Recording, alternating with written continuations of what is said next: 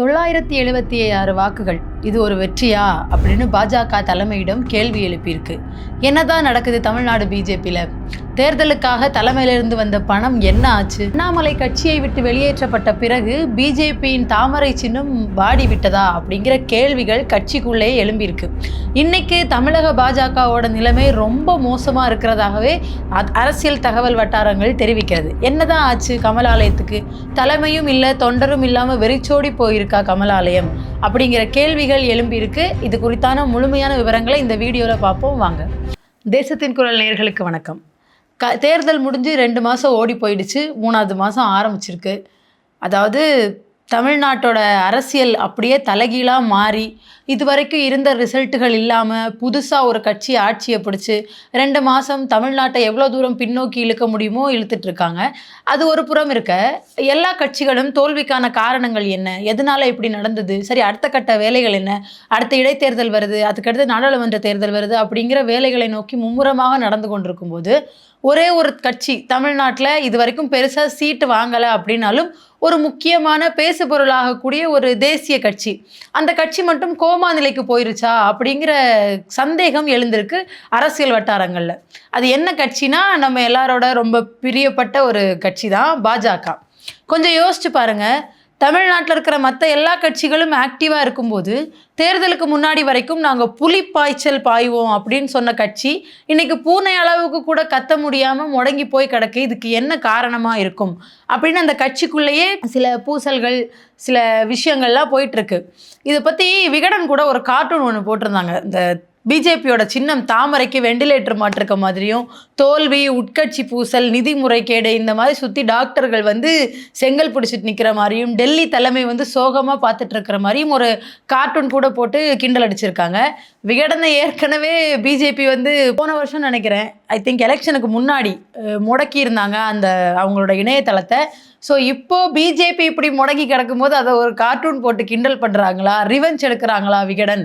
இல்லை, பொதுவாகவே விகடன் ஒரு அரசியல் பேசுகிற பத்திரிகைங்கிறதுனால இது ஒரு நார்மலான விஷயமாகவும் நம்ம எடுத்துக்கலாம். சரி, தேர்தல் முடிவுகளை பார்ப்போம். ஃபஸ்ட்டு தேர்தல் முடிவுகள் என்ன ஆச்சுன்னா, ஏடிஎம்கே கிட்ட சண்டை போட்டு, எப்படி திமுக கிட்ட சண்டை போட்டு 28 இடங்களை நம்ம காங்கிரஸ் வாங்கிட்டு ஒரு வேலையும் செய்யாமல் 5 இடங்களை ஜெயிச்சாங்களோ, அதே மாதிரி இவங்க வேலை செஞ்சாங்களா செய்யலாங்கிறது 2வது பட்சமாக இருக்கும்போது 27 இடங்கள் வேணும்னு கேட்டு வாங்கியிருக்காங்க. ஆனால் அதில் ஒரே ஒரு இடத்துல மட்டும்தான் வெற்றி பெற்றிருக்காங்க.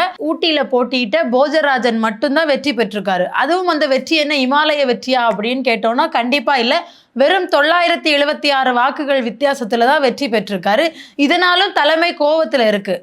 அதை தவிர பார்க்க போனோம்னா தாராபுரம், ராசிபுரம், மொடக்குறிச்சி, அவிநாசி இந்த மாதிரி சில இடங்களில் தான் சொல்லிக்கொள்ளக்கூடிய அளவுக்கு வாக்குகள் வந்திருக்கு. அதை தவிர மற்றபடி பல இடங்களில் டெபாசிட்டே இழந்திருக்காங்க பாஜக. ஸோ இந்த ஒரே ஒரு தொகுதி வெற்றி பெற தான் இவ்வளோ காசு நாங்கள் தலைமையிலேருந்து அனுப்பி வச்சோமா அப்படிங்கிற கேள்வி டெல்லி தலைமையிலேருந்து தமிழ்நாடு பாஜகவை நோக்கி கேட்கப்பட்டிருக்கு. இது போக தேர்தல் சமயத்தில் தேர்தல் பொறுப்பாளராக தமிழ்நாட்டுக்கு வந்திருந்த மத்திய அமைச்சர் பியூஷ் கோயல் அப்பவே ரொம்ப கோவப்பட்டிருக்காரு. ஜெயிக்கவே முடியாத இடங்களா வாங்கி வச்சிருக்கீங்க, இது போக கட்சியிலையும் சில பேர் உள்குத்து வேலை பார்க்குறாங்க அப்படின்னு அப்பவே டெல்லி தலைமை கிட்ட அவர் கத்திருக்காரு. இப்போ தேர்தல் முடிஞ்ச பிறகு சரி தோல்விக்கான காரணங்கள் என்னென்ன அப்படின்னு ஆராயறதுக்காக PL சந்தோஷ் தலைமையில் சென்னை, கோவை இந்த மாதிரி இடங்கள்ல எல்லாம் பொதுக்குழு கூட்டங்கள் கூட்டியிருக்காங்க.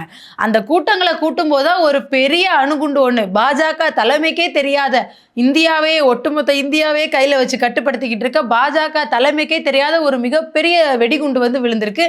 அது என்னன்னா, தேர்தல் பணிக்காக கட்சி தலைமை, அதாவது டெல்லியிலிருந்து அனுப்பப்பட்ட நிதி எங்கள் கைக்கு ப்ராப்பராக சேரலை, அதை நடுவில் இருக்கிறவங்களே சுருட்டிட்டாங்க அப்படின்னு கட்சியோட ஒரு டாப் நிர்வாகி மேலே குண்டை தூக்கி போட்டிருக்காங்க. சரி, அந்த டாப் நிர்வாகி மேலே வந்த இந்த புகார்னால அவர் கட்சியை விட்டு ஒதுக்கப்பட்டாலும் அதுக்கப்புறம் தொண்டர்கள் உற்சாகமாக வேலை செய்கிறாங்களா அப்படின்னு கேட்டால் இல்லை, இன்னுமே ஒரு மனக்கசப்போடு தான் இருந்துட்டு இருக்காங்க. ஃபார் எக்ஸாம்பிள் ஒரு விஷயம் சொல்லணும்னா, கமலாலயத்தில் இதுக்கு முன்னாடி தொண்டர்கள் வந்தால் தண்ணி குடிக்கிறதுக்குன்னு தனியாக வாட்டர் பியூரிஃபையர் இருந்திருக்கு. எத்தனை பேர் வருவாங்கன்னு கணிக்க முடியாது, நிறைய தண்ணி தேவைப்படும் அப்படிங்கிற பட்சத்தில் இருந்திருக்கு. சரி, இப்போ யாருமே வர்றதில்லன்னு ஒரு 120 வாட்டர் பாட்டில் வாங்கி வச்சுருக்காங்க. ஆனால் அது கூட செலவாகலை, அதை குடிக்க கூட ஆள் வரலை அப்படிங்கிற அளவுக்கு பாஜகவை கிண்டல் பண்ணுற நிலைமைக்கு பாஜக போயிருச்சு. இப்போ கமலாலயத்தில் ஆள் இல்லை, டெல்லி தலைமையும் இதை கண்டுக்கிற மாதிரி இல்லை.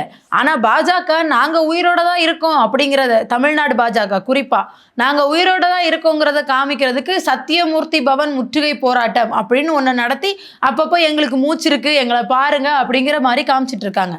இந்த தேர்தல் தோத்ததுக்கு இன்னொரு முக்கிய காரணமாக எதை சொல்கிறாங்கன்னா, அண்ணாமலை அவர்கள் வெளியேற்றப்பட்டது. ஏன்னா அண்ணாமலை அவர்கள் பின்னாடியே நூற்றுக்கணக்கான நிர்வாகிகளும் பாஜகவை விட்டு வெளியேறிட்டாங்க, அண்ணாமலை பின்னாடியே போயிட்டாங்க அப்படிங்கிற குற்றச்சாட்டுகளை வைக்கிறாங்க. சரி, இந்த குற்றச்சாட்டுகள் தகுதியுடையவையா அப்படின்னு நம்ம பார்த்தோம்னா கண்டிப்பாக. ஏன்னா தமிழ்நாட்டில் அண்ணாமலை வந்ததுக்கு அப்புறம் தான் பாஜகவுக்கு ஒரு முகம் கிடச்சிச்சு. ஈவன் 2021 சட்டமன்ற தேர்தலில் 4 சட்டமன்ற உறுப்பினர்கள் ஜெயிச்சு தமிழ்நாடு சட்டமன்றத்தில் இடம் பிடிச்சாங்க. பெரிய அளவில் வெற்றி இல்லைனாலும் தமிழ்நாடு சட்டமன்றத்தில் பாஜக தன்னோட பலத்தை நிரூபிக்க இது ஒரு முக்கிய ஆயுதமாக அமைஞ்சது. அந்த சமயத்தில் இந்த தமிழ்நாடு பிஜேபியை வழி நடத்துறது அண்ணாமலை தான் அப்படிங்கிறதுல யாருக்கும் மாற்று கருத்து இல்லை. சரி, ஏன் அண்ணாமலை போனதுனால தான் இந்த தோல்வியா? சொல்லப்போனால் 2021 சட்டமன்ற தேர்தலை விட இந்த வாட்டி வாக்கு சதவீதம் அதிகமாக இருக்கிற, வாக்கு எண்ணிக்கையும் அதிகமாகி இருக்கு அப்படிங்கிற கேள்விக்குள்ள நம்ம போனோம்னா நம்ம ஒரு சின்ன கம்பேரிசன் ஒன்று பார்க்க வேண்டியிருக்கு. 2021 தமிழ்நாடு சட்டமன்ற தேர்தலில் பாஜக வாங்கின வாக்குகளின் எண்ணிக்கை 12,13,510 வாக்குகள் வாங்கியிருக்காங்க, 4 சீட்டு ஜெயிச்சிருக்காங்க. அப்போ தமிழ்நாட்டோட டோட்டல் வாக்காளர்களோட எண்ணிக்கை எவ்வளோனா 4.64 கோடிகள். அந்த இதுலேருந்து கால்குலேட் பண்ணோன்னா பாஜகவோட மொத்த ஓட்டு சதவீதம் 2021 எலெக்ஷனில் 2.64%. இப்போ 2026 எலெக்ஷன் எடுத்துக்கிட்டோம்னா அவங்களோட ஓட் பர்சன்டேஜ் எவ்வளோனா 2026 வெறும் 3.7% அவங்களோட ஓட் பர்சன்டேஜ். இப்போ 2021 கூட 2026 கம்பேர் பண்ணோம்னா ஓட் பர்சன்டேஜும் சரி, ஓட்டு கவுண்ட்டும் சரி, எண்ணிக்கையும் சரி பாஜகவுக்கு கணிசமான முறையில் அதிகமாயிருக்கு. ஆனால் 20 இடங்களில் போட்டியிட்டு அதில் 4 இடங்களை வென்றது ஒரு கணிசமான வாக்கு. அதாவது இப்போ ஒரு தொகுதியில் எடுத்துக்கிட்டோம், வாக்கு அடர்த்தின்னு எடுத்துக்கிட்டோம்னா அந்த சமயத்தில் ஒரு தொகுதிக்கு சராசரியாக 60,675 ஓட்டு வாங்கியிருக்காங்க பாஜக. ஆனால் இந்த தேர்தலில் போட்டியிடுற இடங்கள் அதிகமானதுனால தொகுதியில் வாக்கு அடர்த்தி சராசரியாக குறைஞ்சு ஒரு தொகுதிக்கு சராசரி வாக்கா 54,334 குறைஞ்சிருக்கு. ஸோ 2026 விஜயோட வருகை இருந்ததுனால பாஜகவோட ஓட்டும் சரி, ஓட்டு சதவீதமும் சரி கணிசமாக உயர்ந்திருக்குனாலும், ஏன்னா விஜய் அவர்களுக்காக முக்கால்வாசி நேரம் வேலை செஞ்சது யாருன்னு பார்த்தீங்கன்னா பிஜேபிக்காரங்க தான்.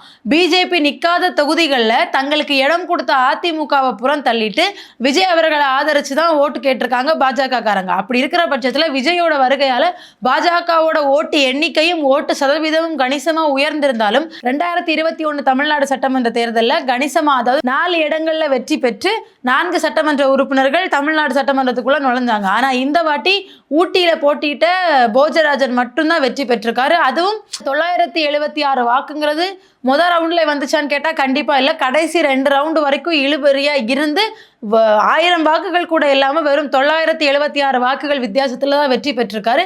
இதனால தான் அனுப்பின காசு என்னாச்சு அப்படிங்கிற கேள்வியை கட்சி தலைமை வச்சப்போ அந்த குறிப்பிட்ட நிர்வாகி மேலே ஒட்டுமொத்த புகாரும் குவிஞ்சிருக்கு. இப்போ இந்த பிரச்சனையெல்லாம் போயிட்டு இருக்கிற பட்சத்தில் அண்ணாமலை வெளியேற்றம் ஒரு முக்கியமான காரணம் பாஜக தோல்விக்கு அப்படின்னு பாஜகவில் இருக்கிற தொண்டர்களும் நிர்வாகிகளுமே ஃபீல் பண்ணிட்டு இருக்க சமயத்தில், இதுக்கு முன்னாடி ஏற்கனவே கடந்த பிப்ரவரி மாதம் மாநில அமைப்பு செயலாளர் இருந்த கேசவ் விநாயகத்தை பதவியிலிருந்து நீக்கியிருக்காங்க. ஆனால் அந்த இடத்துக்கும் யாரையும் இன்னும் அப்பாயிண்ட் பண்ணலை.